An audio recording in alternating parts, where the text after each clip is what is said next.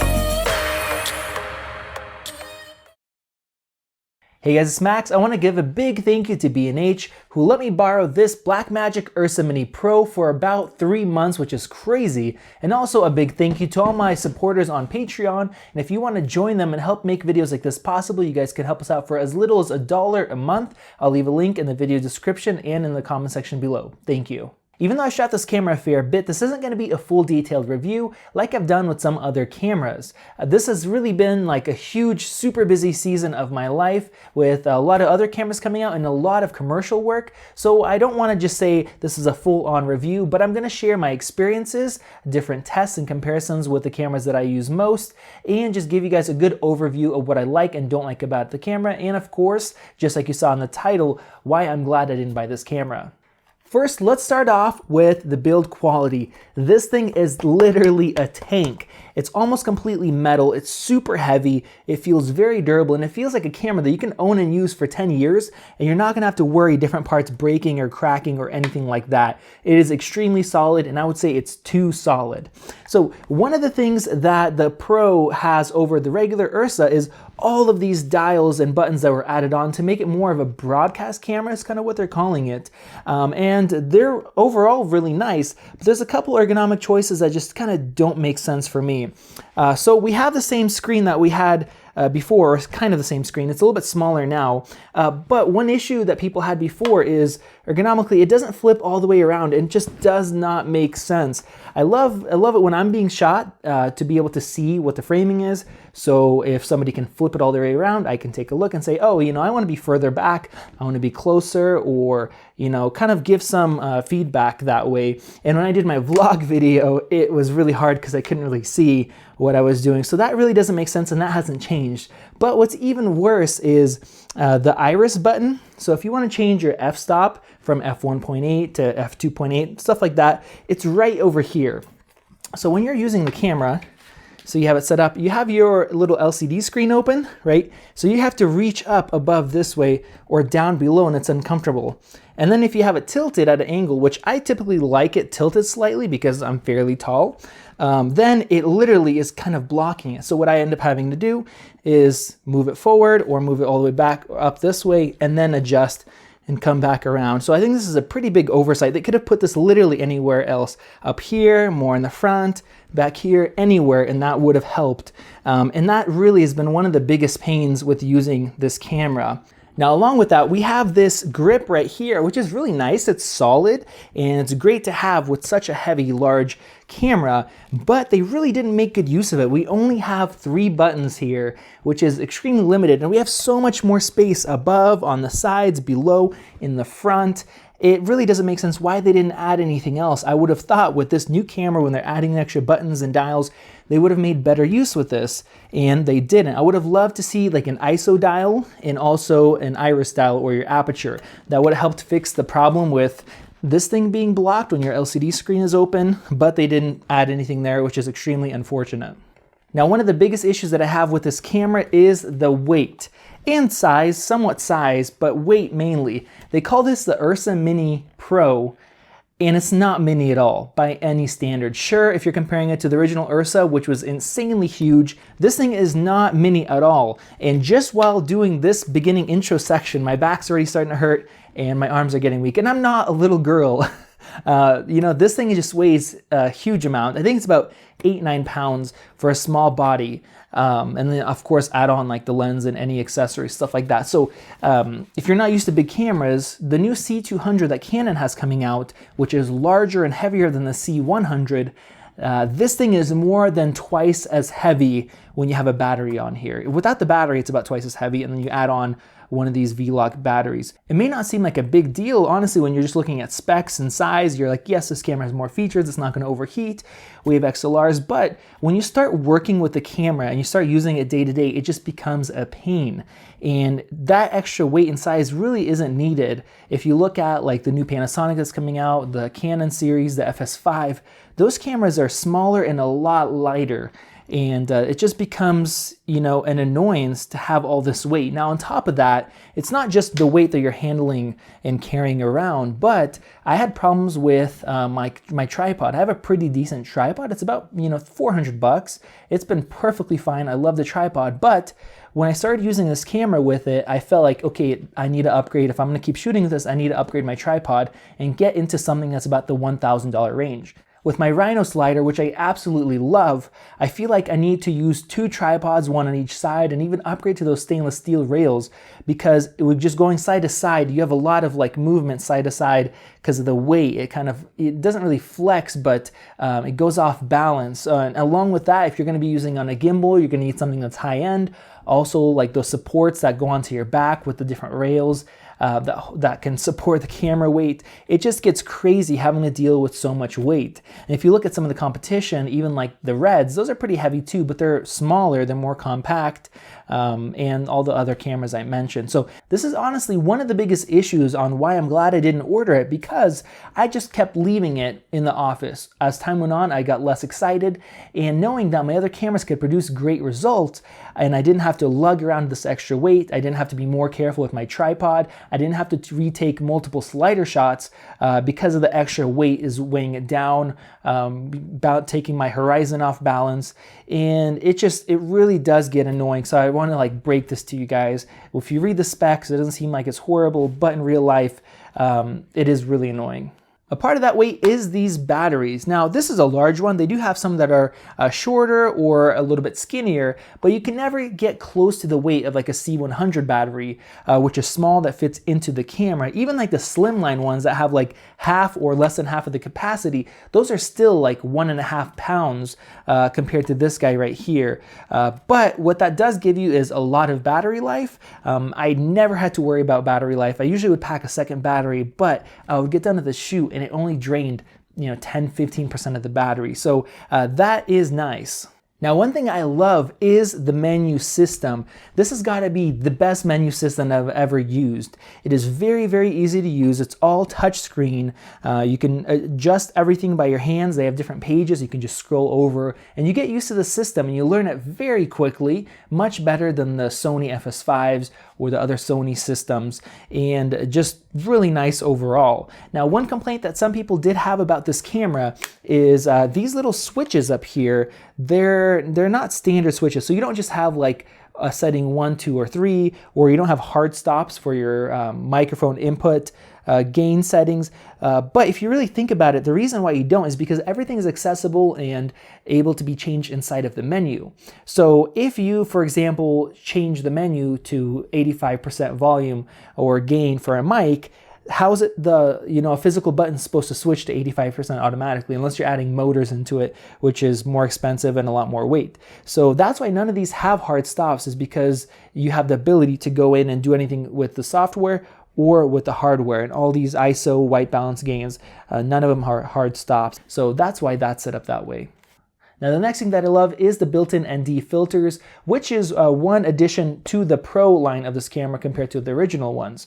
So that is really great because you can stay at 800 ISO, which is the optimal setting for the sensor. That's where you get your 15 stops of dynamic range, and that's where it performs the best. Now, if you're going to be shooting outside at 800 ISO, well, you're going to need ND filters. A problem with the previous cameras are these sensors are really sensitive to IR, so when you're stacking NDs or adding NDs, the more you add, the more like magenta shift you get that you have to correct for, and that's going to be a pain. So these ND filters actually have that built into them. So now you don't have to worry about NDs, and you also don't need to worry about adding IR cut filters as well. So I absolutely love this, and it's hard to go back to mirrorless camera after getting used to using a camera with built-in ND filters. Now the last addition to the Pro version of the URSA Mini are the dual SD card slots. So we have the previous CFast 2.0 slots and two UHS 2 SD cards. Now, unfortunately, we don't have the ability to do both at the same time. So I wanted to do RAW to the CFast 2.0 card and then record ProRes to the SD card. That is not an option. Maybe they would add that in the future. It'd be nice to be able to look at your footage quickly, maybe do some rough edits, and then have the RAW to do like your main project with. But you have to select one or the other. Now, that was kind of a really big selling point, but it's not as big of a deal now as it was or would have been when the camera launched.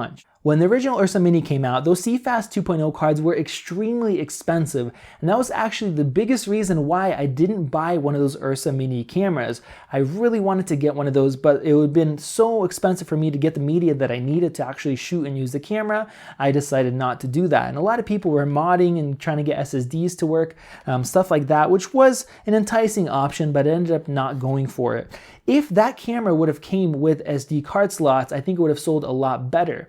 Now, of course, this one does have those, but by this time when this camera came out, those CFast 2.0 cards came down in price enough that it doesn't matter as much. Now, it is nice to have the SD card slot if you're going to be shooting ProRes, because you don't need the super fast SD cards for that, or at least for most versions of that. But if you're going to shoot RAW, it's actually cheaper to buy CFast 2.0s that are actually faster than the correct SD cards that you need that can keep up. Now, before I get into video, I want to mention audio. This camera does have two XLR inputs, and they're said to be better than the previous ones. Unfortunately, I didn't get a good chance to test them out. Like many of you guys pointed out in my vlog video with the camera, that the audio sounded terrible. Now, I'm not sure if the jacks in this camera are defective, or maybe it's just my XLR shotgun microphone that worked just fine in the past, but the audio sounded bad no matter what I did, even after denoising. Now, Curtis Judd did a really great video on audio, and he says that it works fairly well. So I'm gonna leave a card to his video if you're interested about audio with this camera. You guys can check that out. Now, the other thing I want to mention is RAW, which I barely explored, because if you're shooting any version of compressed RAW, you have to edit that with Resolve. The file sizes with uncompressed RAW are absolutely huge, and it's much more of a pain to edit than the Red RAW versions that I edited in the past. I did some research online, and the majority of Blackmagic shooters said that shooting with the higher end versions of ProRes had almost no difference compared to RAW. Sure, RAW has a little bit more flexibility if you're going to do effects and if you want to change white balance and stuff like that, and it is very, very slightly more detailed, only noticeable if you're looking, pixel peeping, looking very close and zooming into the image. Other than that, the dynamic range of ProRes is actually exactly the same, and the quality of the files are very close as well, so that's what I mainly shot with. The image from this camera in optimal conditions looks fantastic. It looks kind of filmic. I love the colors, the dynamic range is good, but like I said, that's when you're shooting with it in optimal conditions. You have to be shooting ISO 800, and you have to make sure that you're not underexposing your image. Even if you have 15 stops of dynamic range, this thing cannot do magic. If you underexpose even a bit, you'll get noise. If you overexpose, you'll blow your highlights. If you have a middle of the road exposure, you're still forced to crush your shadows or lift your highlights to get a bright and contrasty image. Shockingly, real-world dynamic range isn't that much better than the $1,000 A6300 shooting log. Now, it's probably shocking to say that what's basically an advanced amateur, relatively cheap toy is just as good, but in many cases, it's as good or better. Low light, the A6300 blows it away. The URSA Pro shouldn't be taken above ISO 800, and even then needs to be denoised if you want a really clean image. The Sony looks great even at 1600 ISO, and I use it up to 6400. Now I definitely have to mention how much easier it is to work with the Blackmagic as far as image-wise compared to the Sony. Yes, the dynamic range and the image in low light is amazing for a camera that's so small and so inexpensive relative to this camera, but you still have to deal a lot more with the files to get those really good results. You have to be more careful shooting, and you have to work with colors a lot more than you do on the Blackmagic. What I really liked about the URSA Mini Pro, the footage from it, is it's pretty easy to edit with it. You know, you pull down your shadows, raise up your highlights, adjust your mids where you want them, add a little bit of saturation, and there you go. As long as your white balance was set properly and the tint was set properly, your image looks good. Now, it might be a sin to mention this, but I really wish the URSA Mini had an auto white balance setting that continuously adjusted or changed itself. I don't use this all the time, but it is very handy when you're in a run and gun situation, like at a wedding. Not that I shot with this at a wedding, but for example, NAB, even there walking around, there's mixed lighting, you're going to lighting booths, they have different kinds of lights set up, or other type of run and gun documentary settings where you're going from indoors to outdoors, changing rooms. You have to go in and you have to change your custom white balance setting, go off of a card or use some presets, where on a camera like this you can leave an auto white balance and it does a fairly good job. You may have to tweak it a little bit, but it gets close and it does save you quite a bit of time. And then I also found myself dealing with the tint, which I'm not used to working with. I'm used to just having your white balance settings, but you also have the tint in there that you have to account for. So I did have to spend some time in editing, changing that. Not only like, you know, how hot or warm the image is, but also, you know, your magentas and your greens, and trying to balance that out to get a good image. So you got to make sure you got that set correctly, and that can get a little bit tedious. Now, along with that, we also don't have autofocus, which I don't blame the camera for not having that, but once you're used to having some tools that do have that, there are situations where it's nice. Like right now, I'm standing up, I'm moving around, I'm leaning back, I have autofocus, I can lean forward and the camera picks up my face when I'm shooting at f1.8 on a 50, but with this I wouldn't be able to record myself at f1.8 in this situation. I'd have to stop down to f2.8 or f4 to be able to get a consistent focus while I'm moving around slightly. So of course we do not have this with this camera, and I do have to mention that. So it's time to bring this kind of mini review to a conclusion. Now, this camera is a good camera, and I'm glad I didn't buy it because the things that really stood out to me, the things that got me excited when they released this camera, they didn't turn out to be as big of a deal as I thought they would be. And the kind of inconveniences of this camera really stood out more so, and they made it not really worth owning or even kind of using this camera for my particular situation. Yes, the built-in NDs are fantastic, and I'm really going to miss those while I'm shooting with these other cameras, and I do miss those. But things like, you know, the noise, it's more visible even when properly exposing. You know, this camera is kind of designed to be, you know, shot with and then at a slower pace denoising the footage first and then grading the footage. It's not, even though they say it's kind of like a broadcasty type of camera because of the extra buttons, it's not set up in that situation where like the A6500, even not shooting log footage, it looks pretty good out of the box. You may have to tweak the colors a little bit. Here's the clip of this camera being shot, and by the time I added in saturation, I crushed my shadows, brought up the highlights to get a nice contrasty, vibrant image, the dynamic range difference isn't huge. You guys could see that in the lamp. So dynamic range isn't as big of a deal, and if I'm shooting outside in a tough situation, I have log to do that for me as well. And even then, the noise, which you can get with log, is still better than the noise you're getting out of this camera trying to push the dynamic range. So either way, you have to denoise it. The XLRs, I didn't really get a chance to use. My wireless mic setup, even with adapters, wouldn't push the XLRs here, so I'd have to upgrade to like a $700-800 XLR wireless system. And so just the benefits and the extra stronger codec and stuff didn't really come through in the final image and usability. Now, just because this camera isn't for me doesn't mean that I don't want to get something else that's similar. You know, I want to get something that is more reliable, that I know isn't going to overheat even for all day, very long jobs, something that has really good battery life, that has XLR inputs, that has ND filters, something that is more respectable when you're going to be doing those higher end jobs. And I think the next camera that I'm going to really look at and hopefully review is the Canon C200. So if you guys want to see that video, please hit that subscribe button. But that camera also has a lot of the things that this thing offers, but much better low light, really good colors, and continuous autofocus that is really helpful in certain situations. And along with that, it is less than half the weight, which now I know that really matters in convenience and to go along with all your other gear. For now, I am going to be using some of my other cameras like the GH5, my NX1s that are really nice for certain situations like weddings, my Sonys. So I have my bases covered, and there's just so much with these cameras, especially comparing like the Sonys to this camera. They do so well now. These mirrorless entry-level kind of amateurish cameras, the image is so good, the dynamic range is so good. It's just crazy how far they've pushed these cameras, where in the past, when like the original 2.5K Blackmagic cinema camera came out, it blew away, the image blew away like the 5D Mark IIs and Mark IIIs. It just didn't compete. The dynamic range blew those cameras away. But now for $1,000, you can pick this up and get better low light, you can get good autofocus, you can get dynamic range that is very close to this camera, and an image that's even more detailed. It's just shocking how good these consumer cameras got. So maybe I'm just a little bit spoiled now than I was in the past. So thank you guys for watching. If you guys have any questions, make sure to ask. I didn't want to make this be a super long video, and of course I couldn't cover everything with the camera, but I have a good amount of experience and knowledge shooting with this thing, so you guys can ask in that comment section below. If you guys are already subscribed, please hit that notification icon so you guys don't miss out on future videos. If you're not subscribed, you know where that button is if you guys want to see future videos, and I will see you guys in the next one.